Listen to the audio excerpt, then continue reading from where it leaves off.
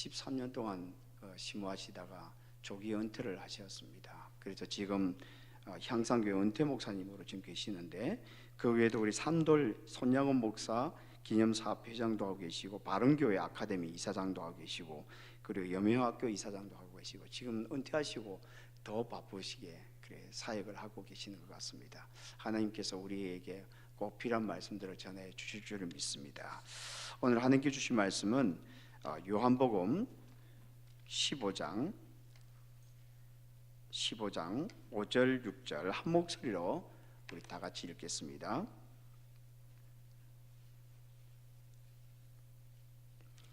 요한복음 15장 5절 6절 한 목소리로 우리 다 같이 읽겠습니다.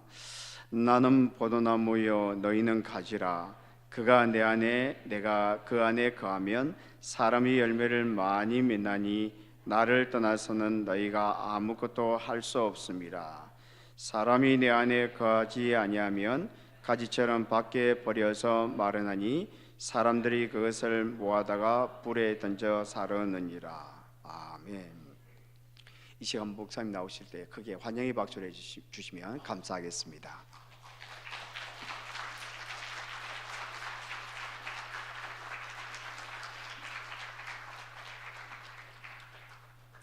할렐루야, 반갑습니다.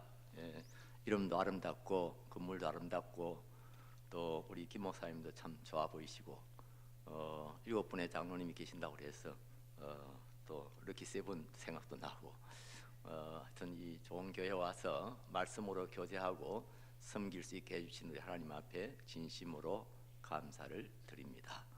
또 우리 아가파 교회 와서 뜻밖의 우리 자매님 잠실중앙교회 다니시던 자매님들도 만나고 아주 첫 인상이 저에게는 매우 좋습니다. 정말 성령 충만한 그런 집회가 되기를 바랍니다. 여러분들께서 부족한 종을 위해서 계속 기도해 주시고 우리 김 목사님이 말씀하신 대로 강사를 가장 잘 대접하는 방법은 많이 모여서 말씀을 잘 듣는 겁니다.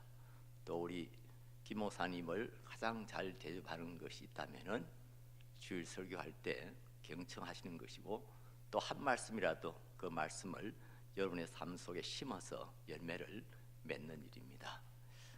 이런 좋은 집회가 되기를 주의 이름으로 축원합니다. 저 패션이 좀 그렇죠. 서울 패션은 또 달라졌나 혹시 그렇게 생각할지 모르겠는데, 제가 사람이 좀 모자란 게 많아가지고요, 웃도리만 가져오고 아랫도리는 안 가져와가지고 하여튼 좀 이 모양이 됐습니다. 여러분들이 이해해 주시기를 바라고요. 제가 여기 오는 조카가 있어서 내일 공수해 오라고 했습니다. 주일날은 이 패션이 아니고 다른 패션으로 아마 쓸 수 있지 않을까 그렇게 생각을 합니다. 오늘 제목은 신앙은 관계입니다 하는 제목입니다. 이걸 좀 넓게 말하면요, 인생은 관계입니다. 그렇게 말할 수가 있습니다. 사람은요 혼자 있어서는 자기 자신이 누구인지 그 정체성을 분명히 알 수 없을 때가 있습니다. 그리고 혼자 있으면은 삶이 단조롭고요. 더 나쁘게 더 나쁜 경우는 외로워집니다. 또 자신의 삶이 무엇을 위한 것인지, 자기가 누구를 위해 살고 있는 것인지 이런 것도 제대로 잘 모를 수가 있습니다. 그런데 관계 속에서 자기 정체성도 알게 되고 또 자기의 사명이 무엇인가 하는 것도 알게 되어집니다. 어떤 중년 신사가 아침 일찍 눈 비비고 출근해가지고 하루 종일 전화 걸고 전화 받고 서류 작성하고 왔다 갔다 하고 그러다 보니 해가 졌습니다. 빨리 퇴근하지도 못하고 늦게 퇴근해서 집에 오니까 9시 가까이 됐습니다.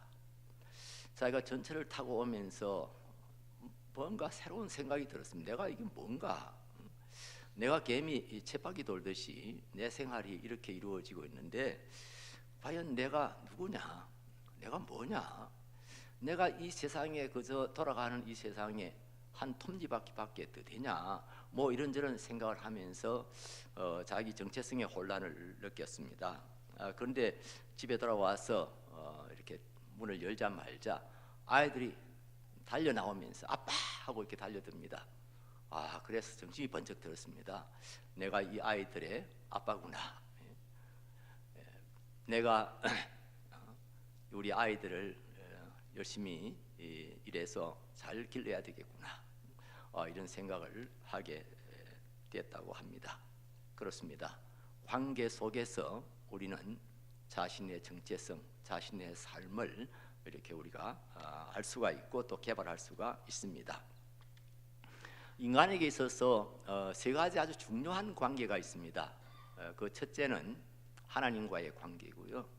두 번째는 이웃과의 관계입니다. 다른 사람과의 관계입니다. 세 번째로는 자연과의 관계입니다. 하나님과의 관계는요, 생명의 여부를 결정합니다. 살았느냐 죽었느냐 하는 문제입니다. 죽느냐 사느냐 하는 문제입니다. 이웃과의 관계는요, 행복의 여부를 결정합니다. 이웃과 관계가 좋은 사람은 행복합니다. 그러나 관계가 좋지 못한 사람들은 불행합니다. 많은 사람들이요, 오늘 장로님 기도 중에도 나왔지만은 부와 권력이 있으면은 행복한 줄로 착각하고 있습니다. 그런데 제가 목회하면서 30-40년 목회하면서 제가 많이 보았습니다. 혹시 여기도 그런 분들이 있다면은 용서하고 들으시기 바랍니다. 어떤 개개인을 말하는 것이 아니고 일반적으로 그렇다는 이야기예요. 제가 보니까 부자들은 되게 불행하더라고요. 제가 정말 놀랐습니다.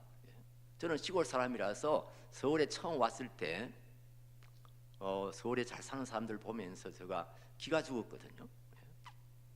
그런데 나중에 점점 저도 기가 살아나기 시작했는데요. 그게 뭐냐 하면은 별 수 없더라는 겁니다. 아니, 부자일수록 인간관계가 좋지 못해요. 가족들과의 관계가 좋지 못해요. 심지어 형제간끼리 서로 고소하고요. 그런 것을 보면서 정말 우리가 행복하게 산다고 하는 것이 재물을 많이 소유하거나 우리가 높은 자리에 오르거나 이런 것이 아니구나 하는 것을 제가 체험을 통해서 알게 되어졌습니다.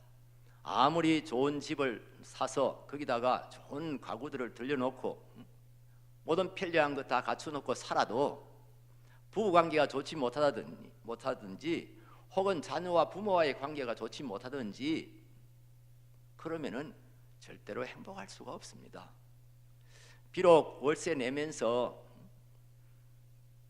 빠듯하게 그렇게 살아가면서도 부부관계가 좋고 부모와 자녀들과의 관계가 좋으면은 행복합니다. 그리고 세 번째 자연과의 관계인데요. 자연과의 관계에서는 관계가 좋으면은 건강할 수가 있습니다. 관계가 나쁘면은 건강을 잃을 수가 있습니다. 자연과의 관계는 우리의 건강의 여부를 결정한다, 그렇게 말할 수가 있겠습니다. 그런데 이 세 가지 관계에서 가장 이제 중심이 되어지는 관계는 여러분이 다 아시다시피 하나님과의 관계입니다. 하나님과의 관계가 좋은 사람은 생명이 있고 또 생명의 풍성함을 누릴 수가 있습니다. 그러나 하나님과의 관계가 소원하고 또 어떤 사람들은 아예 하나님과의 관계가 끊어진 사람들이 있습니다. 그런 사람들은 영적으로 죽은 사람들이고 또 아주 불행할 수밖에 없습니다. 좀 죄송한데요.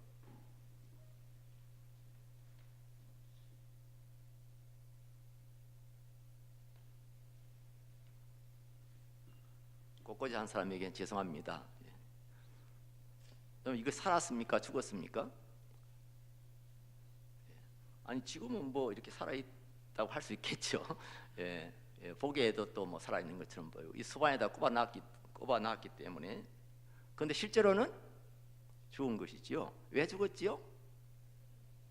예, 끊어졌으니까요. 나무에서부터 끊어졌습니다. 더 이상 수분이 공급 안 되지요? 더 이상 영양분이 공급 안 되지요? 이거 여기다 두면은 곧 말라버릴 겁니다. 그러면 이거 누가 보면은 쓰레기통에 갖다 넣겠지요? 그리고 쓰레기통은 누가 가져가죠? 뭐 여기에서 CT에서 가져가겠죠? 어디로 갈까요? 리사이클이 아닌 것은 소각장으로 가지요. 가면 태워버리죠. 오늘 본문 말씀 한번 여러분 유심히 보십시오. 나는 포도나무고 너희는 가지다. 가지가 포도나무에 붙어 있지 아니하면 아무것도 할 수가 없다. 그리고 시들어 버린다. 마른다 이렇게 말하죠. 그리고 사람들이 모아다가 이것을 불에 던져 태운다. 예수님께서는 비유를 통해서요, 자신과 우리와의 관계, 하나님과 우리와의 관계를 아주 확실하고 분명하게 말씀하시고 계십니다. 하나님과의 관계가 끊어진 사람들, 예수님과 관계없이 사는 사람들, 이것처럼 멀쩡하게 살아있는 것처럼 보이지만은 실제로는 죽은 겁니다. 영적으로 죽었다 그렇게 말합니다. 불교에서는 죽음을 소멸이라고 그렇게 이해합니다. 죽으면은 이제 없어진다, 모든 것이 다 사라진다, 그야말로 무다 이렇게 이야기하는데요, 기독교에서의 죽음은 그렇지 않습니다. 관계 끊어짐입니다. 하나님과의 관계가 끊어지는 것이 영적인 죽음이고요, 그리고 영과 육이 분리되는 것이 일반적인 죽음입니다. 하나님과의 관계, 우리 주님과의 관계가 생명 여부를 결정한다는 것을 여러분 잊어버리지 마시기 바랍니다. 그리고 그 관계가 얼마나 풍성하냐에 따라서 우리의 삶이 얼마나 더 부요하냐, 얼마나 더 영적으로 풍성하냐 하는 것이 결정됩니다. 그런데 여러분 어떻습니까? 예수님과의 관계가 좋으십니까? 하나님과의 관계가 좋으십니까? 아멘 하신 분 정말 감사합니다.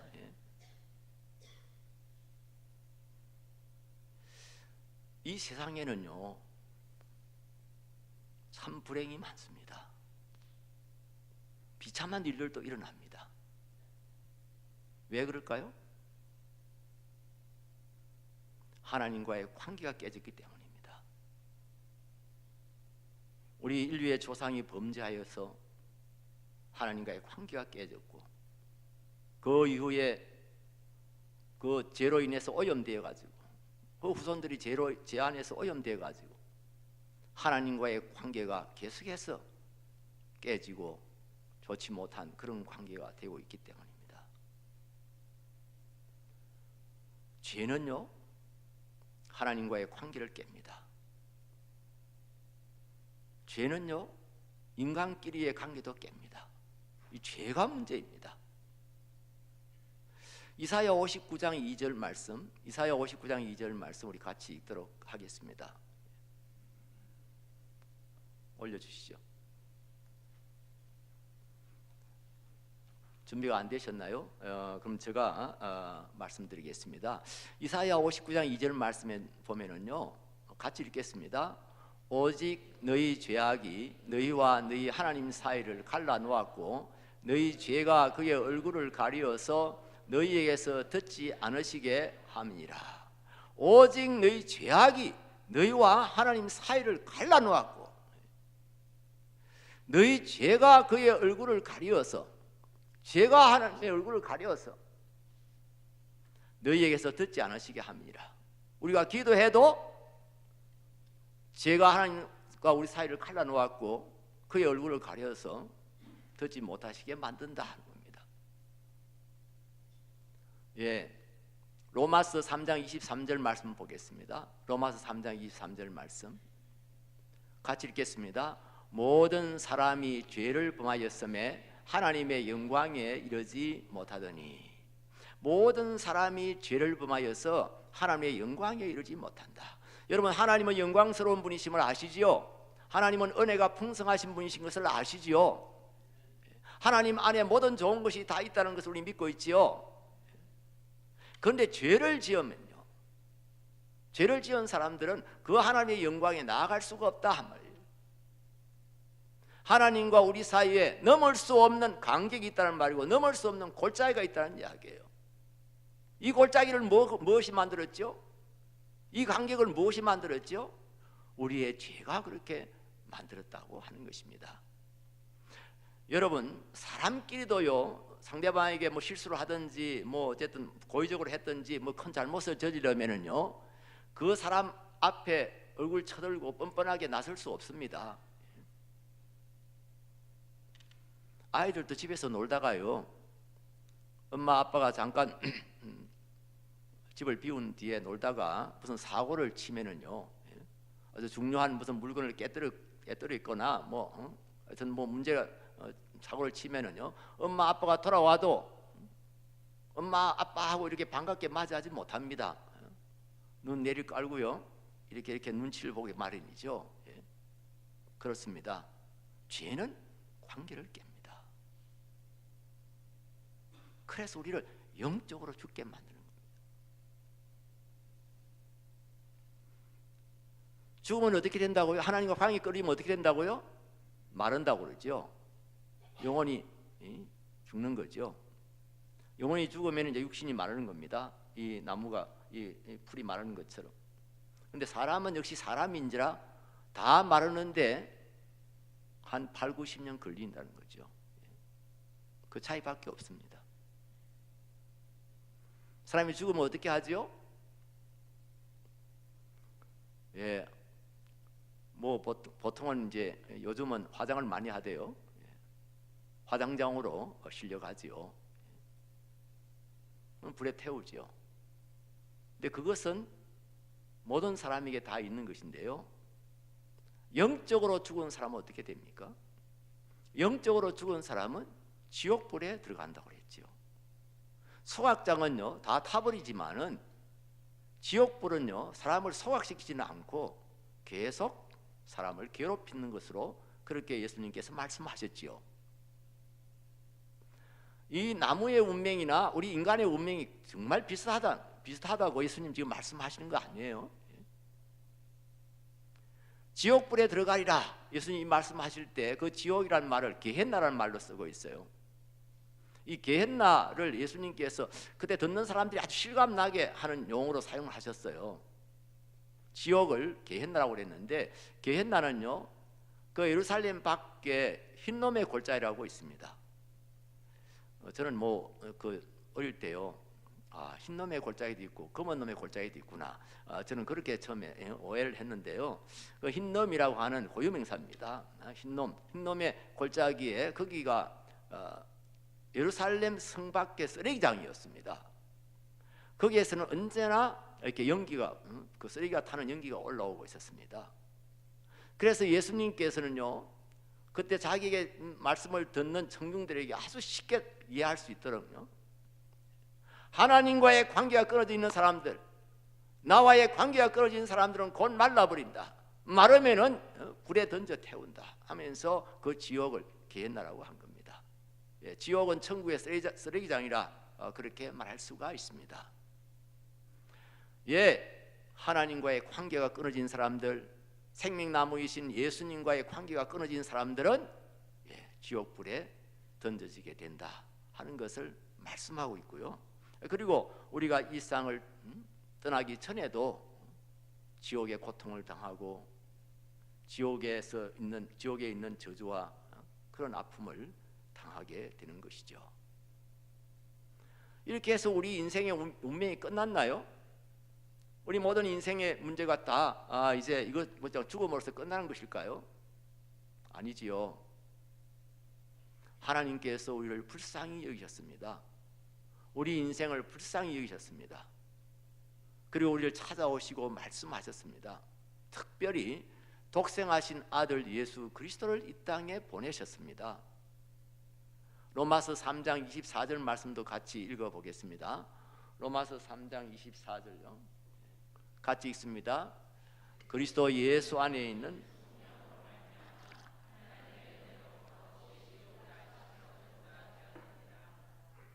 네, 그리스도 예수 안에 있는 성령으로 말미암아 하나님의 은혜로 값없이 어렵다 하심을 얻은 자 되었느니라.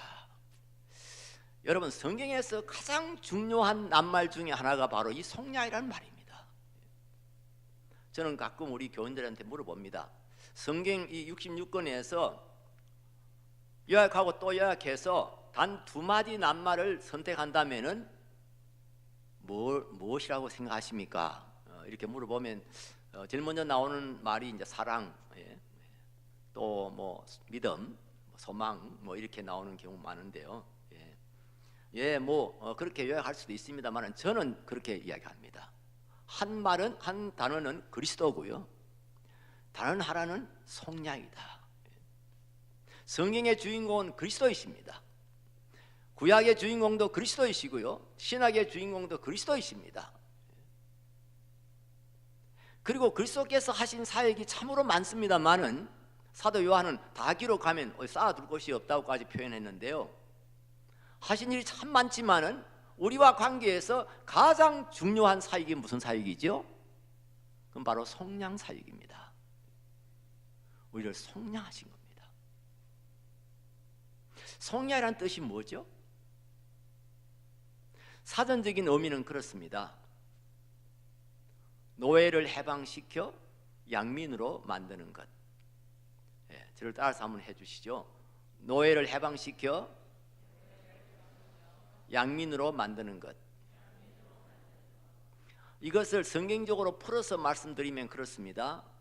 죄와 사망의 노예인 우리를 해방시켜서 하나님 나라의 백성이 되게 하신 것. 이것도 한번 따라 하실까요? 죄와 사망의 노예인 우리를 해방시켜 하나님의 백성이 되게 하신 것. 하나님 나라의 백성이 되게 하신 것이 바로 속량입니다.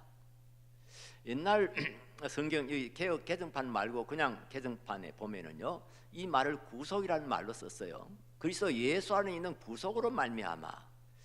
그런데 개역 개정판에서는 속량이라는 말로 바꿨어요. 저는 너무 잘했다고 생각합니다. 왜냐하면 이 구속이라는 말은요, 일반 사회에서도 물론 뜻이 다르지만은 완전히 다르지만은 일반 사회에서 사용하는 낱말 중에 하나잖아요.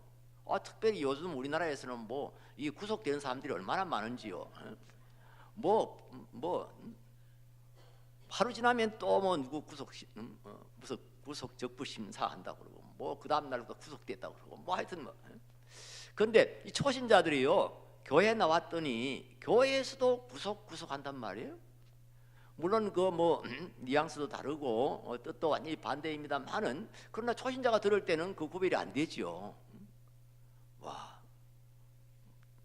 요즘 새 정부에서도 막 사람들 많이 구속하더니 예수도 막 사람을 구속해 갔구나, 잡아갔구나. 이게 여러분들이 우습게 들릴지 모르지만은요, 제가 세례문답 하면서 3번 이런 일이 있었습니다. 한 가지 예를 들면은요, 지금 대학 교수인데요, 당시에도 역시 부산에서 어느 대학의 교수였습니다. 이분이 이제 세례 준비를 해서 저한테 이제 마지막 문답하기 위해서 왔어요. 저는 이 세례 이것이 분명하지 않으면은 교회와 사회가 구별되지 않냐고. 그렇게 되면은 교회가 타락하는 데서 이건 완전히 이 멤버십의 문제가 교회 타락에 아주 그냥 그 근본이 된다. 저는 그렇게 생각하기 때문에 제가 목회하면서는 이 세례를 베푸는 일을 얼마나 제가 엄중하게 하려고 노력했는지 모릅니다. 적어도 저한테 12주 이상 공부해야 되고요, 성경 한 번을 읽어야 되고요, 그리고 성경 시험 쳐서 60점 이상 맞아야 되고요. 교회에서 시험 치는 것은 사실상 고달픈 거는 목사입니다. 시험 쳐가지고 불합격했다고 잘라버릴 수가 없잖아요. 그러니까 어떻게 해서든지 그 합격을 시켜야 됩니다. 이게 막 목사의 사명입니다. 그래가지고 처음에는 한 100문제쯤 이렇게 주어서 읽어보라 이렇게 하거든요. 그 다음에 이제 한 몇 개월 지나고 난 뒤에는 확 줄여가지고 한 50개만 이것도 더 읽어보라. 그 다음에 이제 시험 칠 때가 다 돼가면 아예 25문제 이렇게 줄여줍니다. 그래서 그냥 몇 번이라도 읽어온 사람이면 다 100점 맞을 수 있도록 그렇게 하죠. 어쨌든 시험을 치고요. 그 다음에 중요한 것이 간증문을 내는 겁니다. 신앙 고백서를 제출하는 겁니다. 자기가 믿는 성삼위 하나님에 대해서 주로 내용이 제가 준 양식이 그렇습니다. 예수를 믿게 된 동기, 예수 믿은 후에 일어난 변화. 그 다음에 3번이 중요한데요. 성삼위 하나님에 대한 믿음 고백인데요. 첫 번째, 하나님 아버지는 어떤 분이시며 우리를 위해서 무슨 일을 하셨고 지금 무슨 일을 하시나. 두 번째, 예수님은 누구이시며 우리를 위해서 무슨 일을 하시고 지금은 무슨 일을 하시나. 세 번째, 성령 하나님께서는 누구이시며 우리를 위해서 무엇을 하시고 계신가. 또 이런 그 다음에 이제 네 번째가 예수 믿고 난 후에 우리가 받은 은혜가 무엇인가. 다섯 번째로 내세의 소망에 대해서 믿는 대로 기술해 보십시오. 이렇게 제가 미리 폼을 줍니다. 제가 12주 공부시킬 때 아주 철저하게 공부시키긴 해도 뭐 나이가 들고 하면은 뭐 들은 거 금세 또 잊어버리잖아요. 뭐 그게 목사에게는 또 다행일 수 있습니다. 교인들 여러분들이 목사님 설교를 다 기억하고 있으면은요 정말 목사할 수가 없지요. 대부분 잊어버리기 때문에 그래도 이제 참 목회할 수가 있는데요. 하여튼 뭐 잊어버리니까 이제 그 신앙 고백서 제출할 때 되면은 제가 다 이렇게 일일이 다 확인해주고 어떻게 쓰라는 것도 다 가르쳐주고요. 그래도 안 되더라고요. 그래서 나중에는 제일 잘 써낸 사람, 제일 제가 준 포럼에 따라서 잘 써낸 사람 것을 제가 조금 이제 수정 더하고 또 이렇게 해가지고 아예 인쇄를 해서 다 나누어졌습니다. 이런 식으로 쓰면 된다. 그래서 하여튼 그 신앙 고백서를 봤는데요. 비록 컨닝하고 벗겨내더라도 저는 그것이 중요하다는 것을 제가 목회하면서 거듭거듭 확인할 수가 있었습니다. 일단 자기 손으로 써본다고 하는 거요. 자기 손으로 일단 타이핑을 해본다고 하는 거예요. 그리고 그것을 다시 한번 확인한다고 하는 거예요. 자신이 확인하는 정도가 아니고 온 교인들이 그 신앙 고백서를 확인합니다. 어떻게 하느냐 하면은 세례받고 바로 올라와서 자기가 제출했던 신앙 고백서를 낭독하게 합니다. 그래서 저희 교회에서는 세례식 할 때가 제일 은혜롭습니다. 한 달에 한 번 정도씩 세례식을 했는데요.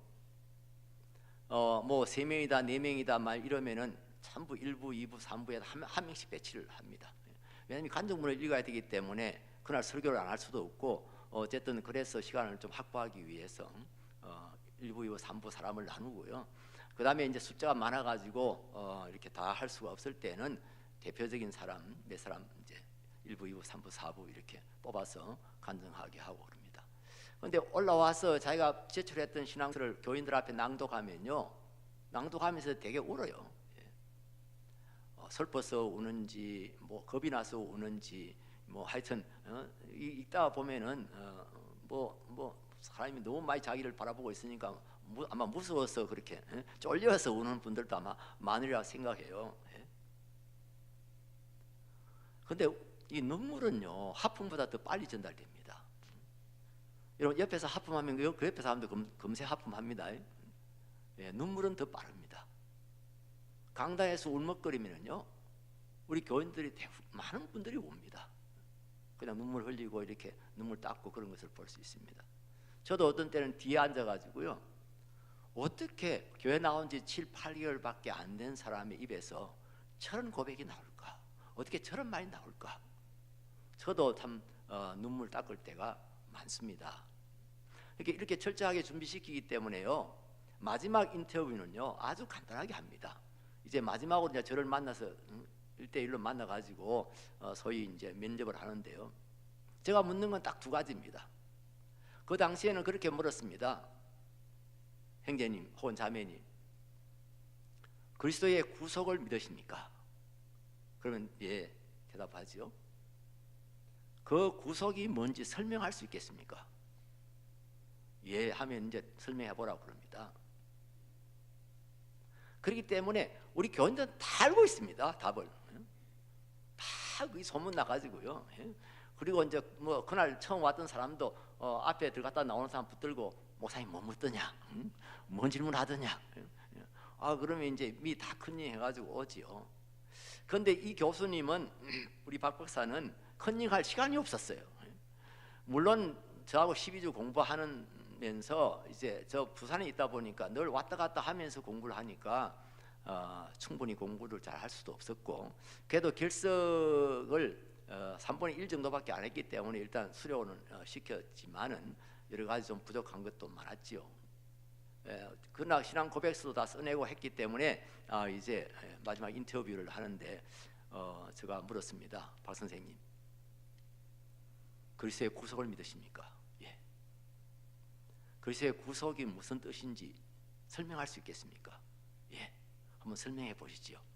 이랬더니 예, 뭐 예를 들어서 말한다면 제가 세상에 옛날에 세상에 구속되어 있었는데 이제는 예수 그리스도에게 구속된다는 말 아닐까요? 그러더라고요. 제가요 뜻이 좋아서 세례를 베풀었습니다. 자기로서는 대단한 결단을 한 겁니다. 그렇죠? 전에는 자기가 세상에 묶여서 살았는데 꼼짝없이 세상 따라서 그냥 세상 끄는 대로 따라 살았는데 이제는 세상에서 다시 예수님께 묶여가지고 이제 죽으나 사나 예수님만 따라 살겠다 하는 것이니까 대단한 신앙 고백이지요. 그러나 이 낱말 뜻을 몰랐던 겁니다. 이 두 가지가 있다는 것을 이 박 박사까지도 몰랐단 말이에요. 구속이란 말은 해방된다는 말이, 구속했다는 말은 묶여갔다는 이야기. 그래서 제가 좀 어떻게 좀 이 부분을 분명하게 할 수 있을까 이런 생각을 하고 있었는데요. 개혁 개정파에서 속량이라는 말로 딱 번역을 했어요. 이 속량이라는 말은요, 세상에서 사용하지 않는 말입니다. 신문에 안 나오는 말입니다. 이 속량이라는 말을 듣는 순간에 초신자가요, 이게 무슨 말이지? 이 기독교 특수 용어 같은데 하면서 복음에 처음부터 딱 복음에 이렇게 복음을 터치하게 됩니다. 왜냐하면 복음에 있어서 이 속량이라는 말이 바로 핵심적인 낱말이기 때문에 그래요. 속량이 뭐지? 속량이 뭐지? 사람이 의문을 갖게 되면은 자연히 대답을 찾게 되지요. 의문 한참 갖다가 대답을 얻게 되면은 잊어버리지 않습니다. 속량이라는 말이 우리를 죄와 사망에서 해방시켜서 하나님 나라의 백성이 되게 하시는 것이로구나, 이렇게 분명하게 알게 되어지는 거죠. 여러분들께서도 이 부분에 대해서는 아주 분명한 대답을 갖고 계시기 바랍니다. 좀 잘 기억 못하시는 분은 적어 놓으십시오. 우리를 죄와 사망에서 해방시켜서 하나님 나라의 백성이 되게 하시는 것, 이게 바로 속량이라고 하는 것. 이것이 그리스도가 우리를 위해서 하신 가장 중요한 사역이라고 하는 것, 여러분 잊지 마시기를 바랍니다. 그런데 이 속량이라는 말 속에는 많은 뜻이 들어있습니다만은 크게 두 가지로 나누어서 설명을 할 수가 있습니다. 그 하나는요, 대속이란 말이고요, 다른 하나는 화목이란 말입니다. 대속, 화목, 한 두 가지, 크게 두 가지로 이렇게 나눌 수 있는데요. 대속이란 말은 남에게 빚이 져서 빚을 갚지 못하고 노예가 되어진 사람을 빚을 대신 갚아주고 그 사람의 신분을 다시 회복시킬 때 쓰는 말입니다. 여러분, 남의 집에 종이 되는 경우가 세 가지 정도 있었습니다. 첫째는요, 고대에 민족들끼리 서로 전쟁을 해가지고요, 지는 민족이 이제 이긴 승리한 민족의 노예가 됐지요. 포로가 되고 노예가 됐지요. 그리고 한 가지는요, 아버지가 노예이면은 자연히 그 낳은 자식들도 그 신분을 그냥 세습할 수밖에 없었습니다. 근대까지 가장 보편적으로 일어났던 일이 세 번째인데요, 경제적인 문제입니다. 다른 사람에게 빚을 지고 빚을 갚지 못하면은요, 그 집의 노예가 되어야 했습니다. 우리 조선시대에서 이것은 심각한 문제였습니다. 멀쩡한 양반들이 하루아침에 노예로 전락하는 일들이 너무 다반사로 일어나기 때문에요.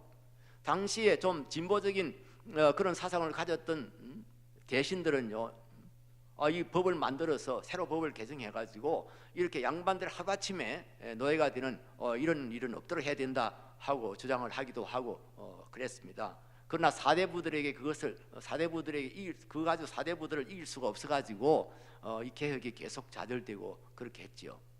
왜 그러냐 하면은요, 우리 팔도강산에 거의 대부분의 토지를 사대부들이 다 장악하고 있는 겁니다. 소위 계급 높은 사람들이 다 이렇게 나누어 갖는 겁니다. 그래가지고 다른 마을에 있는 사람들은 다 그 사대부 집안의 그 농사를 대신 지어서 그리고 그 이제 농사 지은 대가를 받아서 먹고 살 수밖에 없었습니다. 그걸 소작이라고 그러죠. 그 소작인데 소작료에 문제가 있습니다. 소작료를 얼마나 많이 받았냐면요, 4분의 3을 받아갔다고 합니다. 우리 조선시대에요.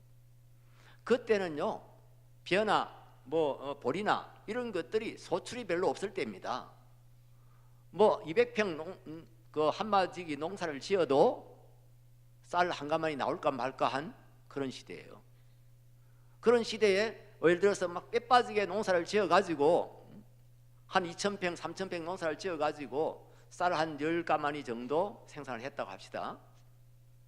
7가마니 반은 그 주인이 가져가 버리는 겁니다. 그 2가마니 반 가지고 이 소작하는 사람은 먹고 살아야 되는 겁니다. 그게 가능하겠습니까? 촉은 목피해도 굶주려 죽을 수밖에 없었습니다. 자기가 죽는 것도 문제지만은 자녀들이 굶주려 죽어가는 것을 부모가 볼 수가 없지요.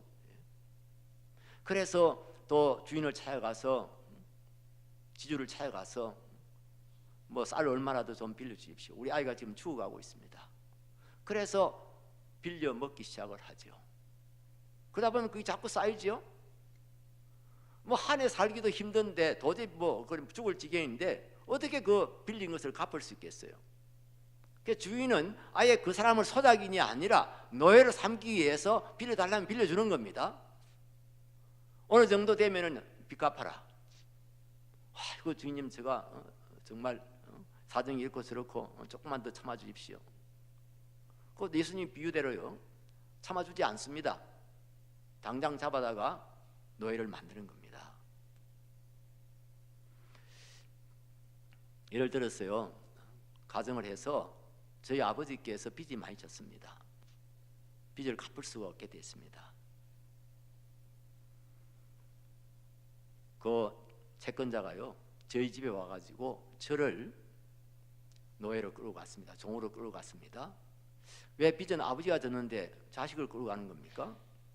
늙은 아버지 끌고 가서 뭐 하겠습니까? 젊은 사람을 끌고 가야 되지요. 그래서 제가 잡혀간 겁니다. 노예로 끌려간 겁니다. 이 소식을 저희 삼촌이 들었습니다.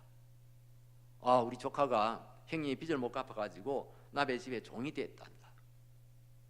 그래서 이 삼촌이 그 지주를 찾아온 겁니다. 우리 형님이 진 빚이 얼마요? 배 30가만입니다. 그러면 저희 삼촌이 배 30가마니를 주인에게 갖다 주고 저를 그 집에서 데리고 나올 때 쓰는 말이 앞으로 들으시라고 하는 말입니다. 대속한다는 말입니다. 신약 성경에서는요, 죄와 빚을 같은 단어를 쓰고 있습니다. 우리가 죄에 빚이 졌습니다. 죽음에 빚이 졌습니다. 죽음의 노예가 된 겁니다. 죄의 노예가 되어진 겁니다. 그런 우리의 빚을 예수님께서 대신 갚아주고 우리를 거기에서 해방시켰습니다. 그걸 대속이라는 겁니다.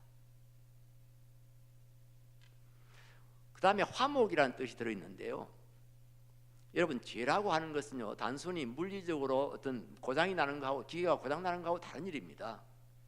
사람은 인격자입니다. 하나님도 인격을 가지신 분이십니다. 그래서 죄를 지었다고 하는 것은요, 서로 인격적인 관계에 손상을 입히게 되는 겁니다. 손상을 가져오게 되는 겁니다. 여러분, 아내와 남편도 마찬가지잖아요. 또 한쪽 사람이 죄를 지으면은요, 죄도 문제지만은 인격적인 손상이 서로 오게 된단 말이에요. 어떤 회사에 중력 중에 한 사람이 사기를 쳤는지 아니면 뭐 실수를 했는지 어쨌든 회사에 한 1억 정도의 그 손실을 끼쳤습니다. 그래서 사장이 그 사람을 고소해가지고요, 판결을 받았는데 법원에서는 1억을 배상하라, 1억을 이렇게 회사에다가 배상하라고, 배상이 아니라 들여놓으라고 이렇게 판결이 나왔습니다. 그래서 그 소송에서 진 사람이 1억을 가져와서 회사에다가 반납을 했습니다. 예, 이제 법적으로는 다 끝났지요. 여러분, 그렇다고 해서 그분하고 사장님하고 그분하고 회사 다른 이제 중력들하고 관계가 회복되는 것일까요? 그렇지 않습니다. 문제는 해결됐지만은 관계는 아직까지 해결이 안 된 겁니다. 그런데 우리 예수님께서는 우리를 대속하셨을 뿐 아니라 하나님과 우리 사이를 화목시켜 주셨다는 겁니다. 하나님과 우리 사이를 다시 예전에 사랑받는 그런 자녀로, 사랑하는 아버지와의 관계로 이렇게 회복시켜 주셨다는 겁니다. 이게 화목이란 뜻입니다. 우리 교인들은 목사님 가정도 뭐 이렇게 서로 부부끼리 싸우고 그럴까 뭐 이런 생각을 하는 사람이 혹 있는지는 모르지만은, 예, 목사들도 뭐 여러분 하는 거 다 합니다. 싸움도 하고 사랑도 하고. 그런데 제가 늘 교회 교인들한테 부탁하기로는 미성년자들 앞에서는, 자녀들 앞에서는 싸우지 마라. 자녀들이 미성년자일 경우에는 둘이서 숨어서 싸우더라도 아이들 보는데 싸우지 마라. 그것은 바로 아이들에게 있어서는 지진이 일어나는 것과 마찬가지다. 아이들은 부모라고 하는 것이 반석이, 자기 인생의 반석이고 그게 요람이고 그렇습니다. 근데 이게 막 어느 날 흔들리게 되는 거예요. 부모가 싸우면은요. 여러분, 이 지역에 살고 있기 때문에 가끔씩 지진을 뭐 이렇게 경험하는지 모르겠습니다. 제가 1992년도에 LA에 와 있을 때 그때 박사과정 공부한다고 한 달 정도 이렇게 계속 머물고 있을 때가 있었는데요. 그때 7.2도 혹시 기억하시는 분 있으실 겁니다. 진앙지는 7.2도였습니다. 그런데 실제 LA 저희가 있던 곳에는 6.8도 정도 됐어요. 근데 저는 지진을 생전 처음으로 그때 경험을 하게 된 겁니다. 저녁에 친구하고 이렇게 트윈 베드룸에서 자고 있는데요, 호텔에 자고 있는데 막 제 침대를 흔드는 겁니다. 그래서 제가 자다가요, 이 친구가 왜 이래? 왜 남의 침대를 흔들어? 저는 그렇게 생각했는데 조금 있으니까 이제 알람이 울리고 뭐 방송이 나오고 막 이래요. 그래서 우리가 자다가 막 전부 다 뛰어나와가지고 호텔 저 마당 앞에 그 길가에 이렇게 다들 나와 있었습니다. 근데 길가에 나왔는데요, 땅이 흔들릴 뿐 아니라 이게 그 전신주입니까? 하여튼 뭐 라이트 그것이 막 이게 흔들리더라고 이렇게. 와, 그때 제가 가진 그 공포감이라 할까요? 그거는 다른 어떤 공포감하고는 비교할 수 없는 그런 무서움이더라고요. 예, 아이들에게는 부모가 싸우면은 7.2도 이런 지진이 일어나는 거하고 비슷하기 때문에 싸우지 마라. 부모 아이들 보는 데서 싸우지 마라. 저는 그래 놓고요. 어느 날인가 집에 점심 먹으러 들어왔는데 아주 화가 난 일이 있었어요. 뭐 때문에 화나는지 잘 모르겠지만 하여튼 화가 나가지고 제가 저 아내한테 아주 큰 소리로 이제 이렇게 막 야단을 친 거지요. 그러면 저 아내는 가만히 있습니까? 자기는 또 자기 할 말이 있지요. 그래서 또 뭐라고 이야기를 하지요. 그러면 또 제가 더 열받지요. 그래야 또 더 큰 소리 나오지요. 내가 큰 소리 치면 또 자기는 또 가만히 있나요? 자기도 또 볼륨이 올라가지요. 하여튼 그러다가 보니까 우리 딸들 셋이가 옆에 눈이 막 동그랗게 떠가지고 전부 줄줄이 딱 일렬로 서가 있더라고요. 저는요 장가를 늦게 가가지고 뭐 좀 급해서 그랬는지 하여튼 1년에 하나씩 낳았습니다. 그래서 학교에도 1, 2, 3학년 이렇게 다녔습니다. 사실은요 엄마가 젖을 먹이면은요 하나님께서는 아주 그 터울이 딱 적당하게 생기도록 그렇게 우리를 창조해 놓으셨는데요. 저 아내가 그때 하여튼 뭐 이 젖에 뭐 문제가 생겨가지고 젖을 먹일 수가 없어서 우유를 사서 이제 먹였습니다. 뭐 요즘 대부분 다 우유 먹이고 합니다만은 그러니까 이 터울이 없어진 거죠. 그래서 뭐 한 달에 1년에 하나씩 그냥 이렇게 나게 됐는데요. 얘들이 이제 오후 수업 마치고 집으로 다 돌아와 있었던 거예요. 오전 수업 마치고. 근데 막 엄마 아빠가 뭐 큰 소리 치고 이렇게 하니까 놀래가지고 다 나와서 이렇게 눈을 막 동그랗게 뜨고 쳐다보고 있었어요. 제가 그걸 보는 순간에 그냥 깜짝 놀랐죠. 저는 애들 보는데 싸우지 말아 해놓고 또 목사는 싸우는구나. 그래서 제가 입을 닫았지요. 제가 조용해지니까 또 아내도 조용해졌지요. 잠깐의 정적이 흘렀습니다. 그때 우리 막내가 이름이 보배인데요. 지금은 나이 이제 40이 다 돼가는데도 결혼도 안 하고 지금 보배가 참말로 보배가 아닌 지금 하여튼 그때 보배가 1학년이었던 걸로 기억하는데요. 저한테 오더니 저 허리를 이렇게 감싸지고요. 감싸 안고는요. 아빠는 목사잖아. 목사가 참아야지. 그리고 또 엄마한테 가더니 엄마의 허리를 이렇게 껴안고는요. 하여튼 엄마한테 뭘 했는지 제가 기억이 안 나요. 그래서 우리 보배 때문에 분위기가 막 순식간에 확 달라졌습니다. 그냥 냉랭하던 그 분위기가 아주 그냥 아주 화기애애한 분위기로 확 바뀌었지요. 화목이라는 것이 그런 겁니다. 두 사람이 서로 사랑할 수 있는 관계로 회복시켜 주는 것을 화목이라고 그럽니다.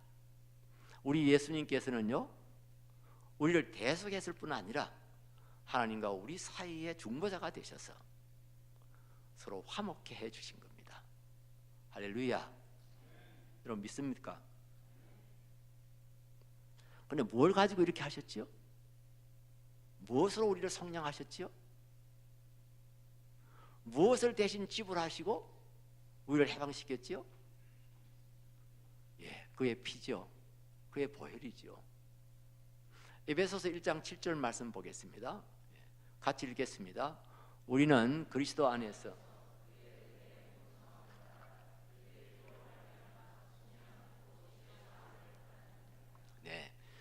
우리는 그리스도 안에서 그의 은혜의 풍성을 따라 그의 피로 말미암아 속량 곧 죄 사함을 받았느니라.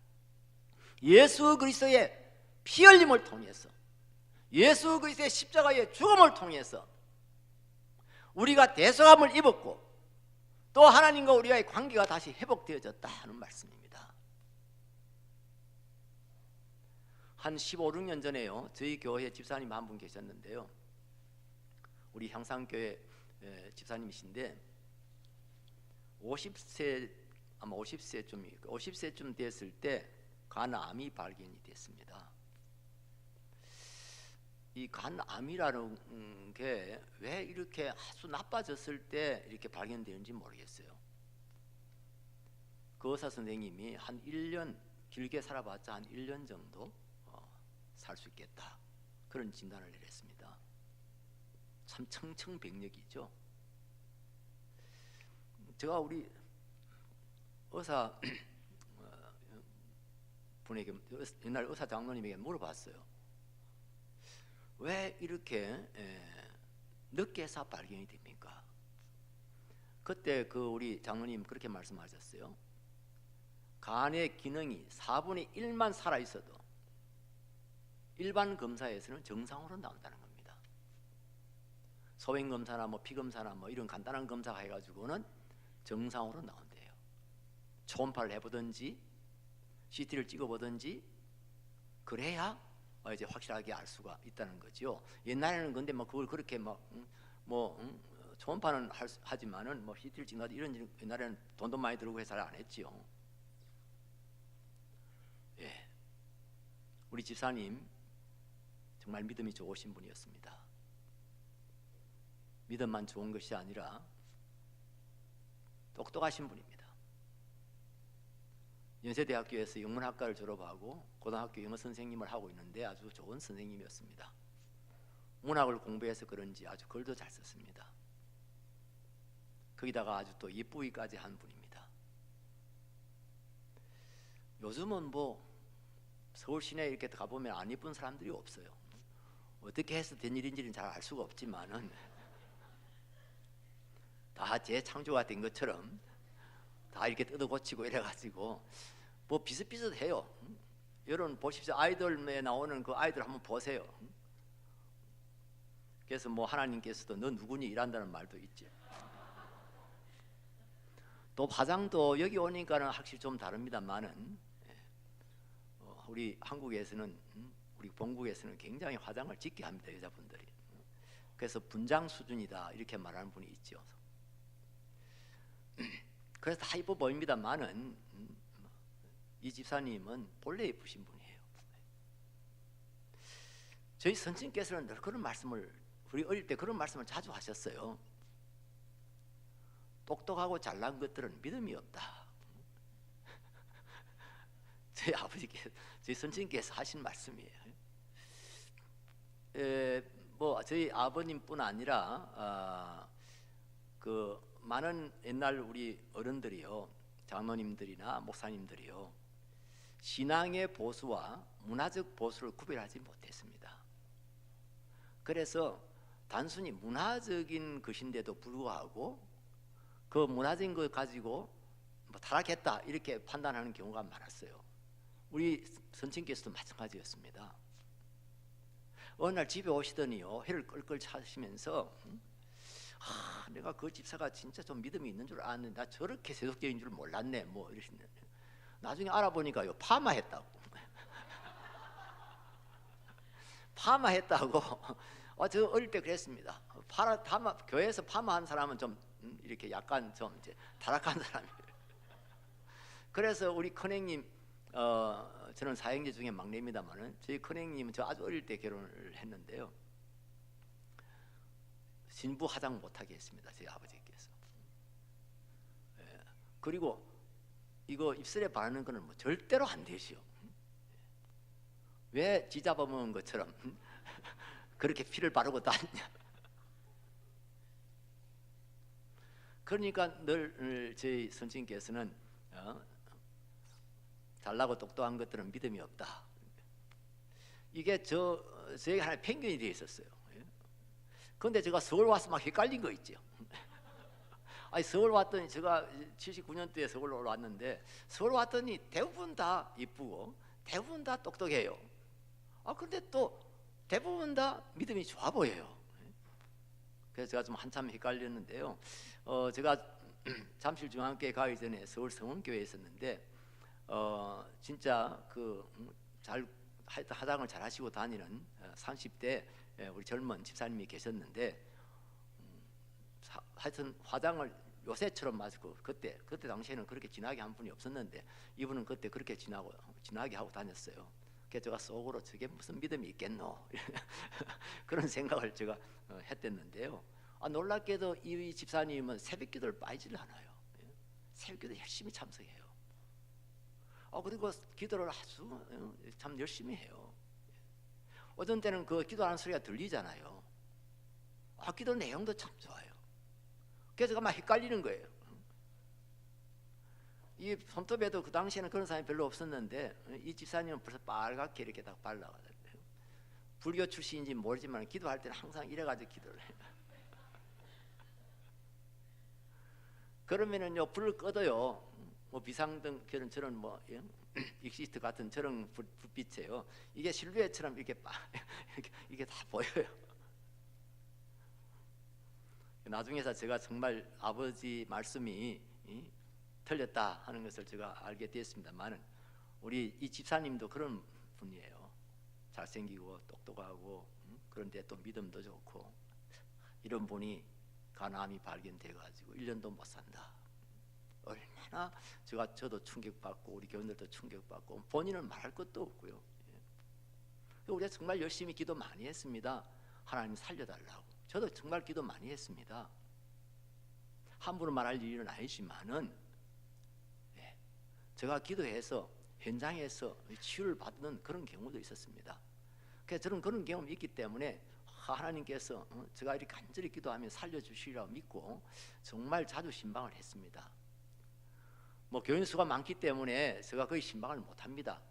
중환자들도 한두 번 가고는 더 이상 시간을 내서 못 가는 경우가 많은데 이 댁에는 정말 제가 너무너무 안타까워서 자주 신방을 갔댔습니다. 그런데도 불구하고 한 1년 지나는 동안에 몸은 점점 나빠져 가지고 그 아름답던 얼굴에는 그 아름다움이 흔적도 없이 사라지고 뼈와 가죽만 남고요. 얼굴은 시커멓게 변하고요. 황달로 인해서 배는 이렇게 불룩 나오고요. 혈관은 굳어가지고요. 링거 주사도 들어가지 않고요.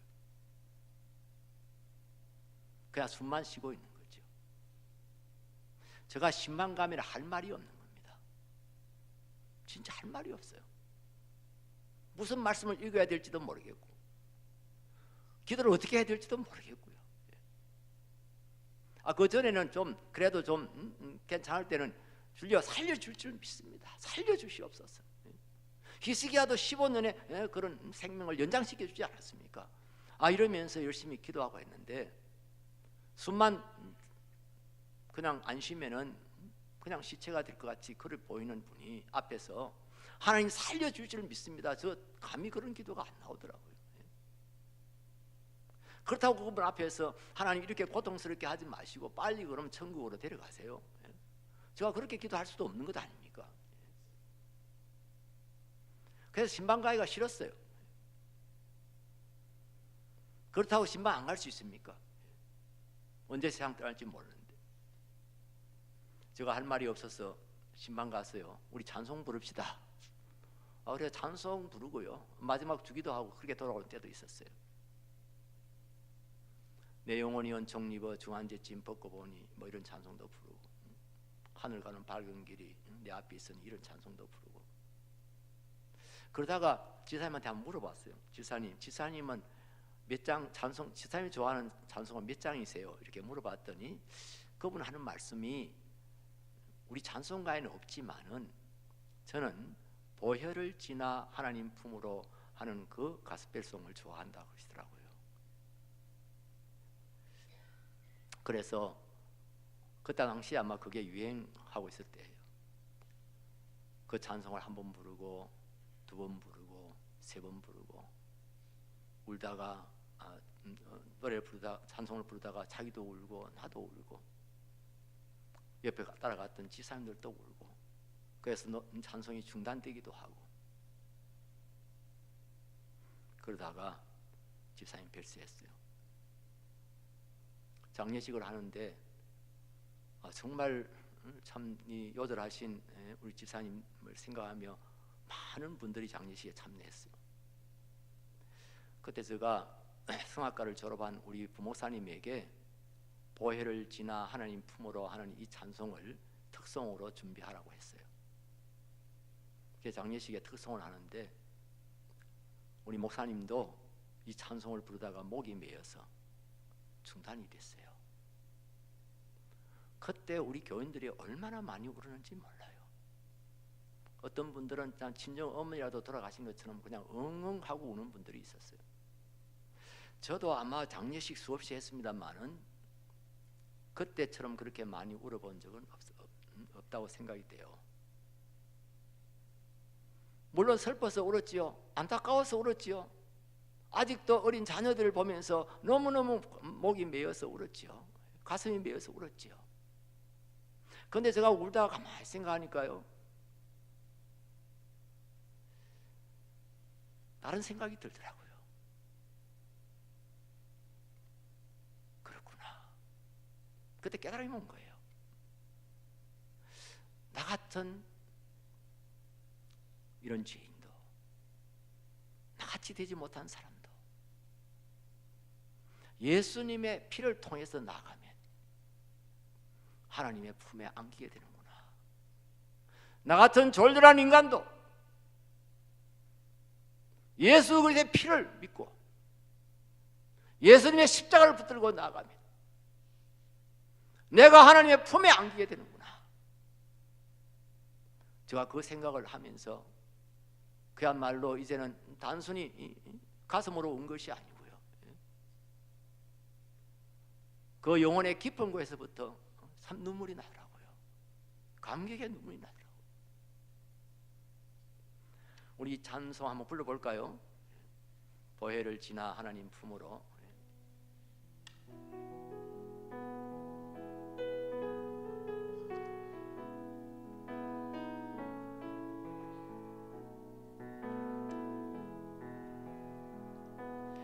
보혈을 지나 하나님 품으로, 보혈을 지나 아버지 품으로, 보혈을 지나 하나님 품으로 한 걸음씩 나가네. 보혈을 지나 하나님 품으로, 보혈을 지나 하나님 품으로, 보혈을 지나 아버지 품으로, 보혈을 지나 하나님 품으로 한 걸음씩 나가네. 존귀한 주 보혈이, 존귀한 주 보혈이 내 영을 새롭게 하시네. 존귀한 주 보혈이 내 영을 새롭게 하네. 하나님께 감사하시기 바랍니다. 하나님을 찬양하시기 바랍니다. 어떤 순간에도 주님의 그 십자가를 놓치지 마시기 바랍니다. 살만하다고, 좀 편안하다고 주님이 당하신 그 고난과 그 멸시와 천대와 그 처절한 죽음을 잊지 마시기 바랍니다. 그걸 잊어버리는 순간에 우리는 버린 자식이 되는 겁니다. 속량받지 못한 자는 곧 말라서 지옥불에 던져집니다.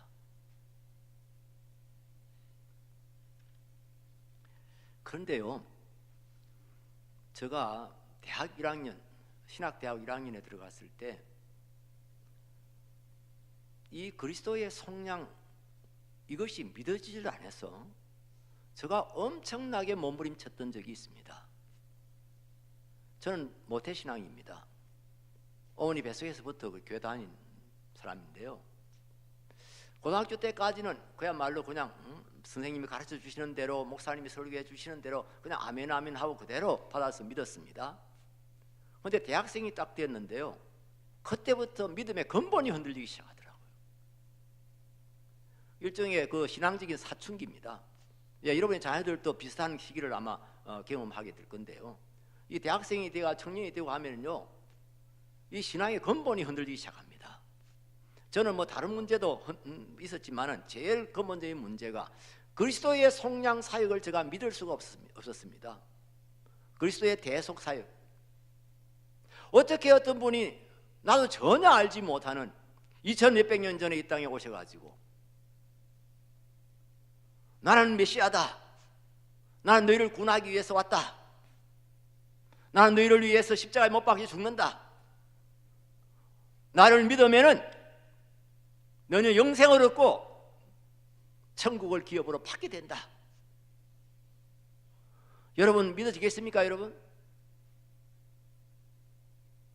사실 당시에 사람들, 예수님 믿은 사람들도 많지만은 예수님 믿지 않은 사람이 더 많지요. 그때 당시 예수님의 말씀을 직접 들었던 사람들 가운데도 믿지 않는 사람들이 있었는데, 저가 이제 헷갈리기 시작한 거예요. 정말 그분이 나를 위해서 돌아가셨을까? 그걸 어떻게 내가 믿음으로 받아들여야 될지. 그래서 정말 한 1년 동안 영적으로 제가 얼마나 고민하고 얼마나 제가 흔들렸는지 모릅니다. 근데 어느 날에 제가 성경 말씀을 묵상하다가 이것을 믿음으로 받아들이게 됐습니다. 그것을 믿음으로 정말 받아들이는 순간에 제게 얼마나 감격이 있었는지 모릅니다. 그때 제가 좋아하던 가스펠이요, 주 보혈로 날 사심은 그 뜻이 깊고 커져라로 시작되는 가스펠입니다. 주 보혈로 날 사심은 그 뜻이 깊고 커져라. 저는 그때는 이 가사만 떠올라도 눈물이 흘렀습니다. 제가 어떻게 이것을 믿음으로 받아들일 수 있었냐고 여기 물으신다면은 다 설명할 수 없습니다만, 이 일이 예수님께서 우리를 위하여 십자가에 못 박혀 죽으신 일이 어느 날 갑자기 된 일이 아니라는 이야기예요. 영어로 말하면 액시던트가 아니라는 말이에요. 우연히 일어났던 사건이 아니라는 이야기예요. 이것은요, 하나님께로부터 철저하게 작정되고 기획되고 연출되어진 이벤트였다고 하는 겁니다. 뜻이 좀 안 맞을 수 있습니다만은 쉽게 설명하면 그래요.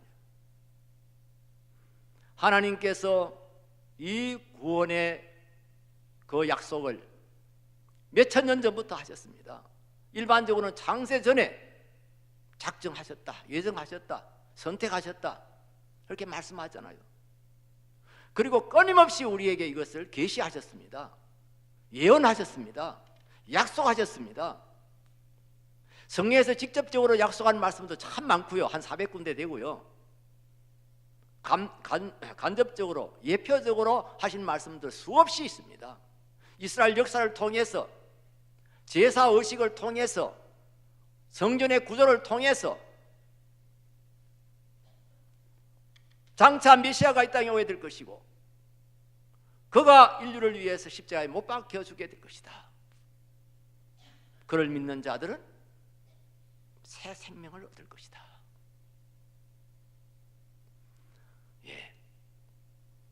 그것을 제가 깨닫는 순간이에요. 그렇구나. 이게 우연히 일어난 일이 아니고, 어느 날 갑자기 일어난 일이 아니고, 하나님께서 수없이 수백 번, 수만 번 말씀하시고 약속하시고 알리신 대로 하셨기 때문에 이걸 믿음으로 받을 수가 있다는 이야기입니다. 여러분이 어떤 사람을 신뢰하게 된다면요, 몇 번만 그 사람이 말한 대로만 이렇게 정직하게 하면은요, 우리가 그 사람을 신뢰할 겁니다. 하나님께서 몇 번 말씀하신 것이 아닙니다.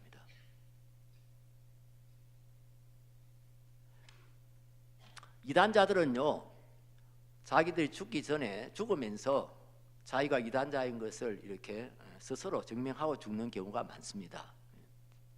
여러분, 세일파라는 그 이단 종파 이름 들어보셨나요?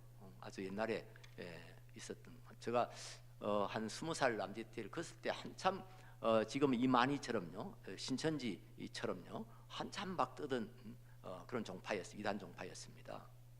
그 종파의 교주가요, 이 뢰자라고 하는 분인데요, 뢰자라는 말은 예수님께서 요한에게 붙여준 별명이죠. 너는 우리의 아들이다, 뭐 이렇게 말씀하시는데, 그걸 이제 자기 이름으로 만든 거죠. 이 뢰자, 나는 우리의 아들이다. 그분이요, 대단한 능력을 발휘했습니다. 다 쏘을 수 있을 만큼. 특별히요, 뭐 병 고치고 하는 일도 있었지만은 이분은요, 예언을 시작하면은요, 책이 한 권씩 돼 나왔습니다. 속기록사들을 한 사람 가지고는 속기를 빨리 할 수가 없기 때문에 속기사들을 3명, 4명 이렇게 앉혀놓고요, 예언을 하는 겁니다. 쫙 예언 뭐 그냥 설교죠. 자기 마음대로 설교를 쫙 하는데요. 그걸 막 다 세수 받아 적습니다. 그게 책이 한 권씩 나오고 그랬습니다. 근데 이분이 가짜인 것이 언제 들통이 났냐 하면은요, 죽으면서 거의 죽지 괜히 되도 않는 말을 해가지고요, 그래서 자기가 가짜인 게 드러난 거예요. 자기가 죽기 전에요, 나는 죽어도 다시 살아난다, 그러니까 나를 매장하지 말아라, 그렇게 유언을 한 거예요. 그래서 그분이 돌아가셨어요.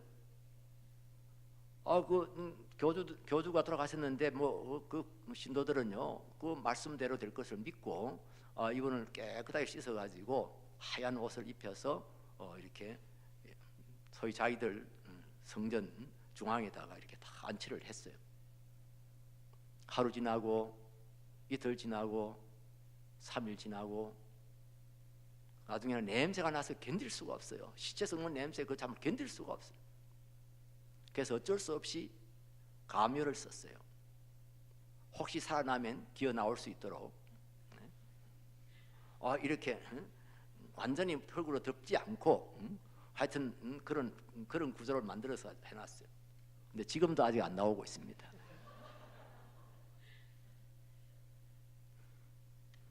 근데 하나님의 말씀은요, 그야말로 예수님의 표현대로 1.1획도 감하지 않냐고 그대로 성취되어져 왔습니다. 여러분, 말씀을 근성으로 듣지 마시기 바랍니다. 목사님의 설교를 근성으로 듣지 마시기 바랍니다. 성경을 읽으면서 근성으로 보지 마시기 바랍니다. 성경을 읽으면서 거기에서 그리스도를 발견하고요, 거기에서 그분의 피 흘림을 발견하시기를 바랍니다. 구약시대에 수없이 죽어간 그 짐승들요, 1년 되고 흠없는 어린 양들요, 그 피가 무엇을 상징하는 겁니까? 무엇을 예표하는 겁니까? 무엇을 약속하는 겁니까? 장차 어린 양이신 그리스도가 이 땅에 오셔서 우리를 위하여 십자가에 피 흘려 죽으실 것을, 하나님의 제단 앞에 속량의 제물로 드려질 것을 약속하고 미리 보여준 것 아닙니까? 제가 이런 말씀 중 하나만 오늘 저녁에 예를 들고 설교를 마치려고 합니다. 평소에 다른 목사님들이 별로 예로 사용하지 않는 말씀인데요, 시편 85편 9절로 11절 말씀 한번 보겠습니다. 시편 85편 9절요, 같이 읽습니다. 진실로 그의 구원이 그를 경외하는 자에게 가까우니 영광이 우리 땅에 머무르리이다. 인애와 진리가 같이 만나고 의와 화평이 서로 입맞추었으며 진리는 땅에서 솟아나고 의는 하늘에서 굽어보도다. 9절 말씀 다시 띄워주세요. 보십시오. 진실로, 우리는 아멘을 말끝에 아멘 합니다만은 성경이나 예수님께서는 아멘을 먼저 합니다. 진실로 하는 말은 아멘 하는 말이에요. 아멘. 그의 구원이, 하나님의 구원이 말입니다. 그는 하나님이시죠. 하나님의 구원이, 이 구원이라는 말은 인격체로 바꿀 수 있습니다. 하나님의 구원자가, 하나님이 보내실 구원자가 그를 경외하는 자에게 가까우니, 하나님을 경외하는 자들에게 가깝다. 영광이 우리 땅에 머무르리이다. 이 영광이 무슨 영광이죠? 하나님의 영광입니다. 하나님의 영광이 우리가 살고 있는 이 땅에 머무를 날이 가까워지고 있다, 이 말이에요. 요한복음 1장 14절 말씀이 육신이 되어 우리 가운데 거하심에 우리가 그 영광을 보니 아버지의 독생자의 영광이요 은혜와 진리가 충만하더라. 하나님의 영광이신 우리 예수 그리스도가 이 땅에 머물 날이 가까워지고 있다. 그렇죠? 우리 예수님이 임마누엘이시잖아요. 임마누엘로 우리와 함께 이 땅에 머무르셨던 분이십니다. 10절요. 인애와 진리가 같이 만나고 의와 화평이 서로 입맞추었으며. 인애와 진리, 인애는 사랑이지요. 진리는 여기서는 뭐 이론적인 진리가 아니고 실천적 진리이기 때문에 진실이란 말로 번역하는 것이 더 정확한 번역이라고 할 수 있습니다. 사랑과 진실이 같이 만나고 의와 화평이 서로 입을 맞추었다. 어디에서요? 예수 그리스도 안에서. 좀 더 구체적으로 말하면 예수 그리스도의 십자가 안에서, 십자가에서 인내와 진실이 같이 만나고 의와 화평이 서로 입을 맞추었다. 여러분, 이 사랑과 정의, 사랑과 공의는요 서로 밀어내는 성격이 있습니다. 의와 화평이 마찬가지입니다. 서로 밀어내는 성격이 있습니다. 사랑을 강조하다 보면은요 정의가 세워지지 않을 수가 있고요, 또 너무 정의를 강조하다 보면은요 사랑이 깨질 수가 있습니다. 의를 강조하다 보면 화평이 깨지고요, 화평을 더 중요시 여기다 보면 의가 깨집니다. 여러분 그런 경우 경험하시죠? 자녀들을 기를 때요 막 바르게 기른다고 막 뭐 조금만 잘못해도 뭐 벌 주고 막 야단치고 한번 이래 보세요. 애 망쳐버립니다. 아주 신경질적인 그런 아이를 만들고 말 겁니다. 반대로요 그냥 요즘 어머니 아버지들이 하듯이 그냥 계속 오냐오냐 하고 뭐든지 그냥 좋다고 그러고 뭐 다 뭐 이래버리면은요 역시 또 애를 망쳐버리지요. 그래서 요즘 아이들이 그렇게 길러놓으니까요 조금이라도 자기를 불편하게 만들고 조금이라도 자기 신경질나게 만들면 아예 상대방을 죽여버리려고 그럽니다. 여러분 그런 사건들 많이 미국에서 사건들 일어나고 있잖아요. 그 사람으로서는 저는 그래요. 저는 아버지 다 했지만은 사람으로서는 이 균형 맞추기가 불가능하다고 생각해요. 재직회를 한다고 생각합시다.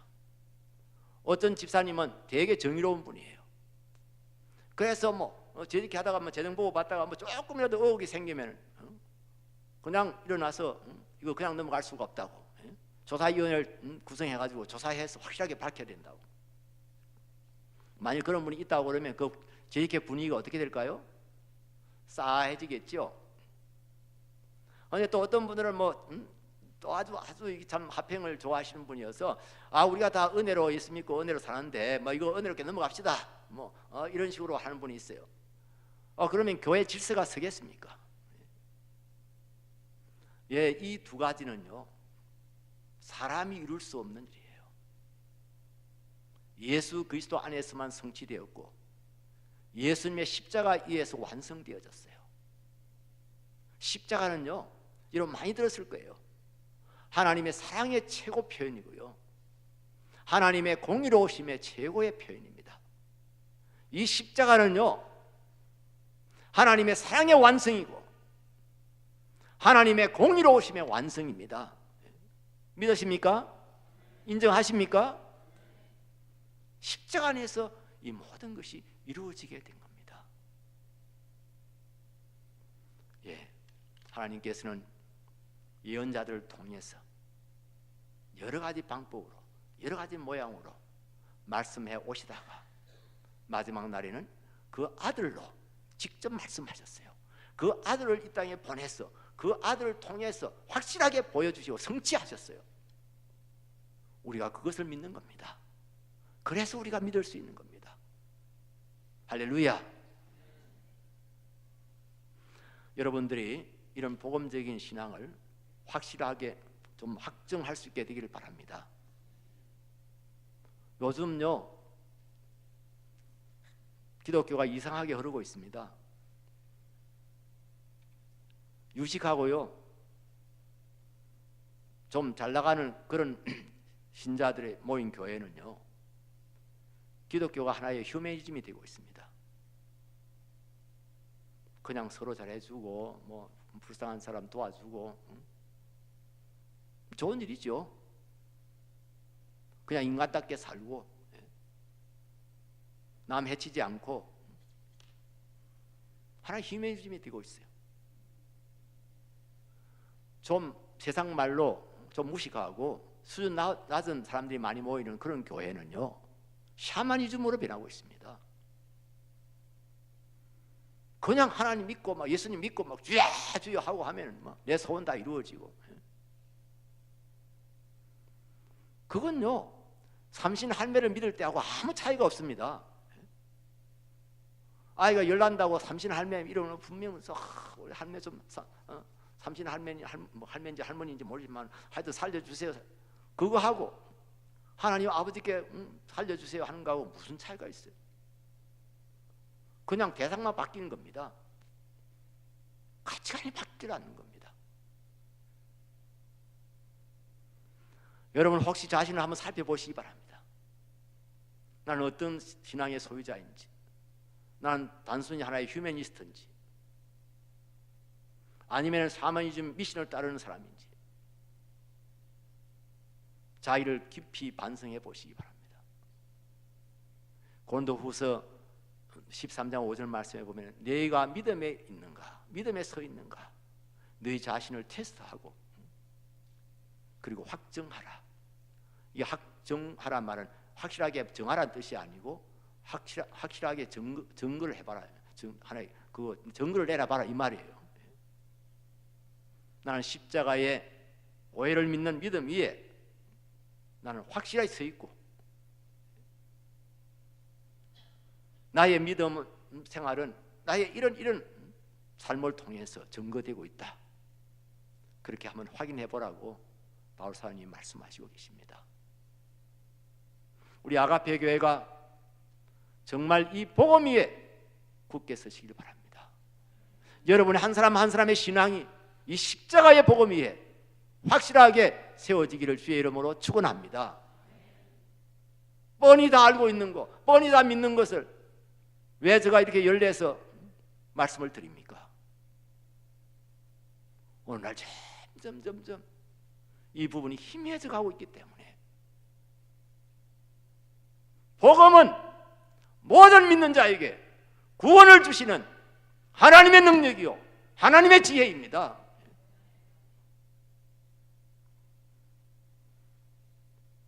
이 부분을 분명하게 하시기 바랍니다. 그냥 종교생활 하지 마시고요 진정한 신앙생활 하시기 바랍니다.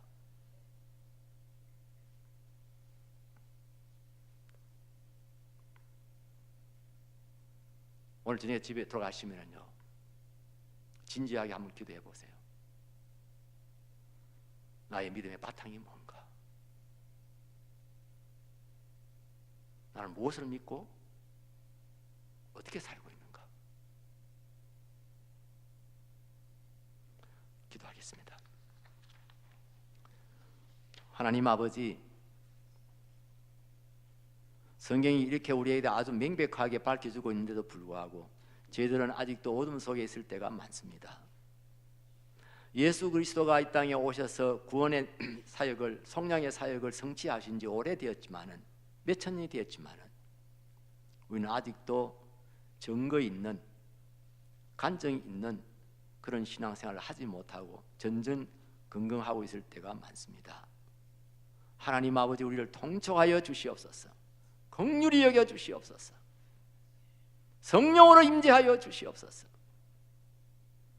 그래서 우리의 마음의 눈이 열리게 하시고 우리의 영이 열리게 하여 주시옵소서. 눈을 뜨게 하여 주시옵소서. 그래서 우리가 예수 그리스도의 십자가를